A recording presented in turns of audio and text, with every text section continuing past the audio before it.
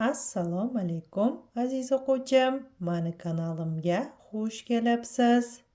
44-razmerdagi oldi asos andozani ustiga bir qavat klyonka qo'yib, nusxasini ko'chirib oldim. Nusxa ko'chirib olgan andozamga kaketkani chizib oldim. Kaketkani chizish uchun asos andozadagi prinsessa vtochka chizig'idan foydalandim. Mana shu nuqtadan mana shunaqangi yoysimon chiziqni chizdim. Bu chiziqni ikkinchi uchi ko'krak vtochkani uchiga kelib to'xtaydi. Mana.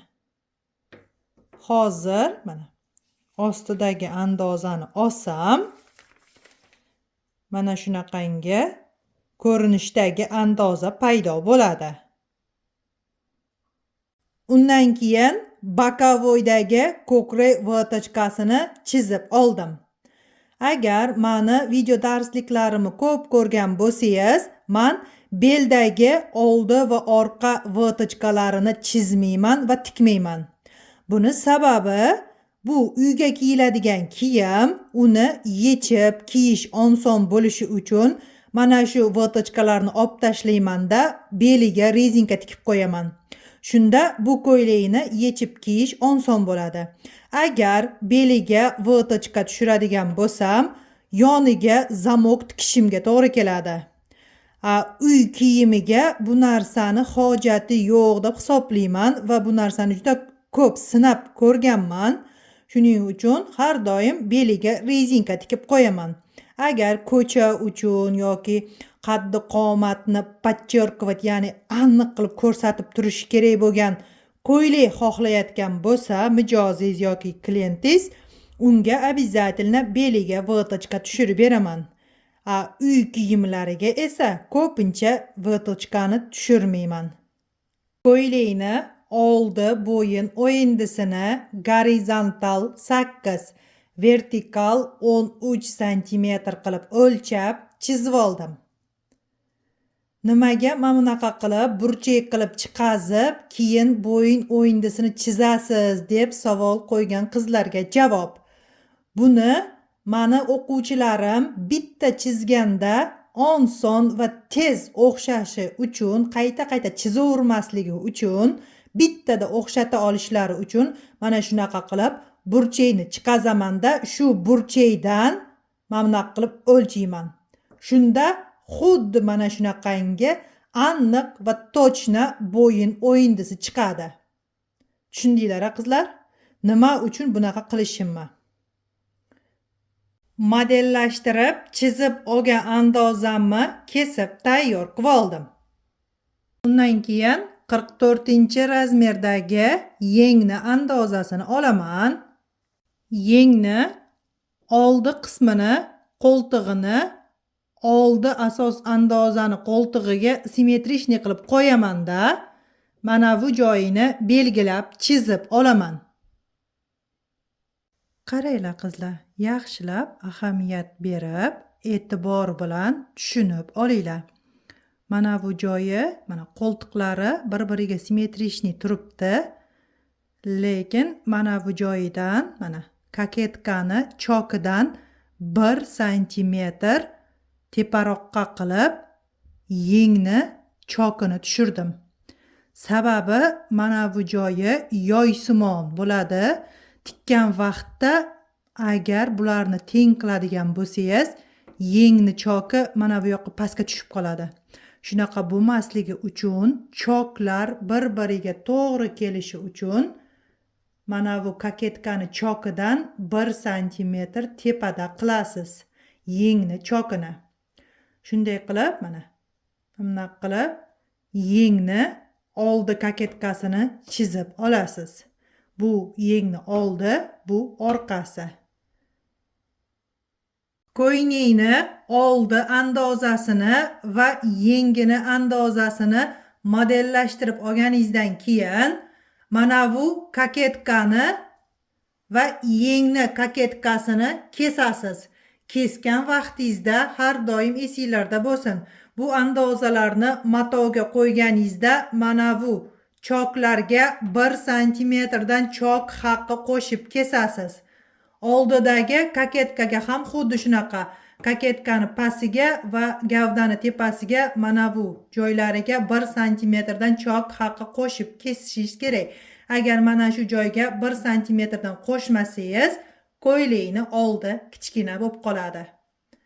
E'tibor berishingiz kerak bo'lgan juda muhim joyi bu. Tikmoqchi bo'lgan ko'ylagimni oldi andozasini modellashtirib tayyor qilib oldim. Modellashtirib olgan yengimni kesib oldim. 44-razmerdagi orqa asos andozani ustiga bir qavat klyonka qo'yib, nusxasini ko'chirib oldim. Orqa bo'yin o'yindisini gorizontal 8,5, vertikal 5 cm qilib o'lchab, chizib oldim. Modellashtirib olgan orqa andozamni kesib oldim. Orqa andozaga mana shu o'lchamlardan foydalanib, kaketkani chizib oldim. Tikmoqchi bo'lgan ko'ylagimni andozasini modellashtirib tayyor qilib oldim. Endi bu andozalarni matoga qo'yib, ko'ylakni bichib olsam bo'ladi. Mana kitob va andozalarimni olgan shogird qizlarim, sizlar o'zingizga kerak bo'lgan razmerni olasizda, xuddi mana shu usulda xohlaganingizcha, xohlagan razmeringizda mana shu ko'ylakni andozasini modellashtirib, bichib, tikib olsangiz bo'ladi. Mana chevarchilik sirlari kitobim va chok haqqi ichida bo'lgan tayyor andozalarim sotuvda Ipodrom bozorida bor. Modellashtirib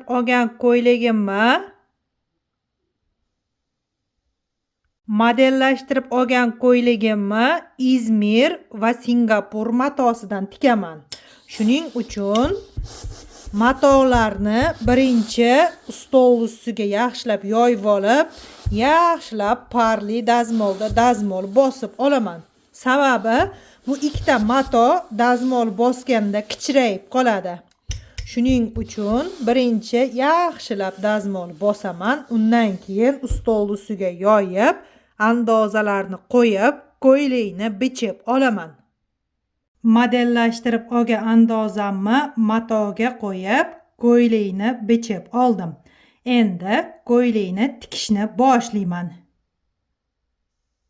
Ko'ylakni tikishni birinchi bo'lib bokovoydagi ko'krak vatochkani chizib olishdan boshladim.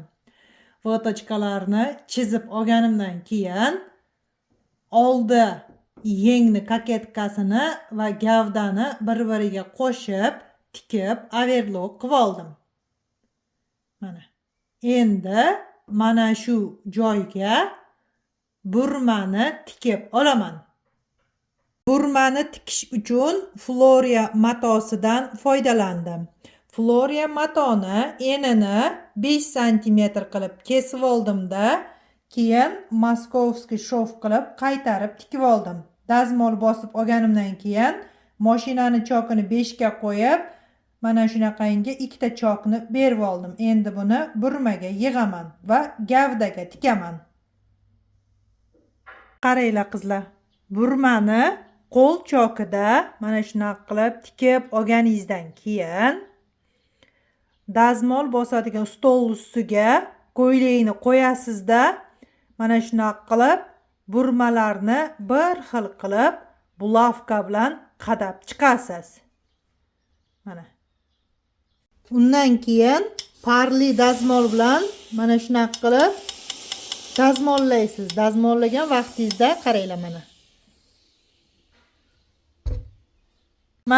Mana shunaqa qilib ignani ustiga tekkizib par bilan dazmol qilaman.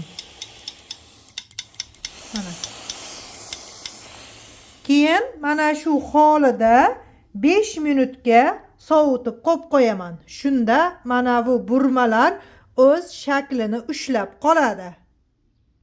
Ko'ylakni oldiga burmani tikib tayyor qilib olganimdan keyin kaketkani qo'l chokida qo'shib tikib olaman. Ko'ylakni oldiga koketkani tikib olganimdan keyin orqa va oldini yelkalarini bir-biriga qo'shib qo'l chokida tikib oldim. Undan keyin mashina bilan tikib, overlock qilib dazmol bosib oldim. Mana. Endi ko'ylakni bo'yniga kasabeka tikaman.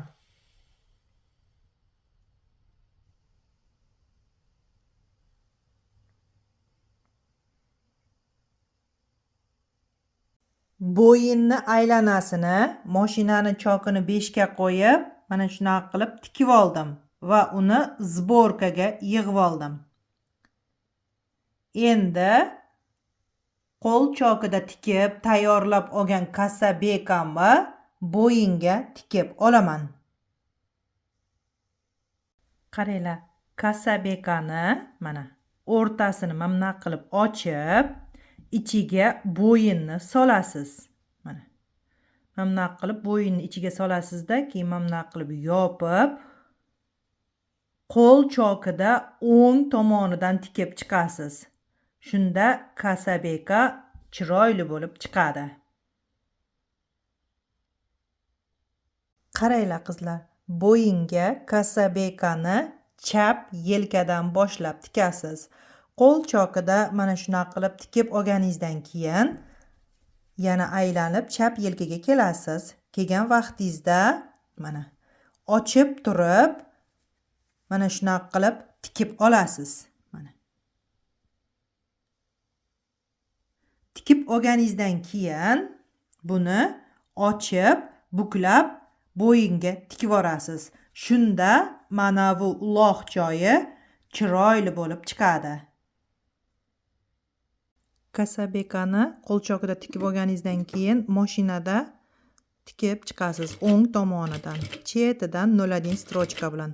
Tikayotgan vaqtingizda har 2 sm, 3 sm da mana qilib lapkani ko'tarib, tushirib keyin tikasiz.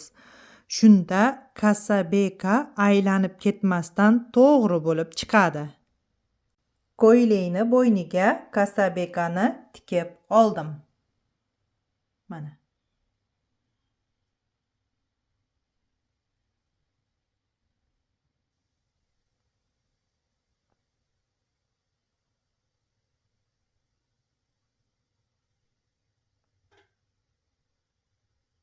Kasabekani bo'yinga tikib olganimdan keyin chevarni bo'yin yostig'iga ko'ylakni kiyg'azib, parli dazmolda mana bunaqa qilib urib dazmol bosaman.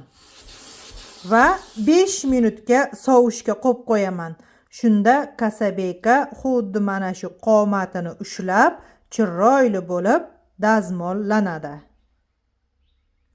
Gavdani tikib tayyor qilib bo'lganimdan keyin yengni tepa qismini tikib oldim.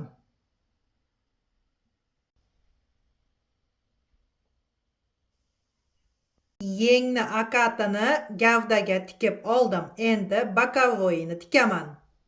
Gavdani bokovoylarini tikib, yenglarni bilagiga rezinka o'tkazib tayyor qilib oldim. Etekni yaruslarini tikib tayyor qilib oldim. Ko'ylakni gavdasini va etagini tikib tayyor qilib oldim. Endi bir-biriga qo'shib belini tikaman. Ko'rib turganingizdek, ko'ylakni tikib bo'ldim. Darsim foydali bo'lgan bo'lsa, like bosib, kommentariy yozib ketinglar.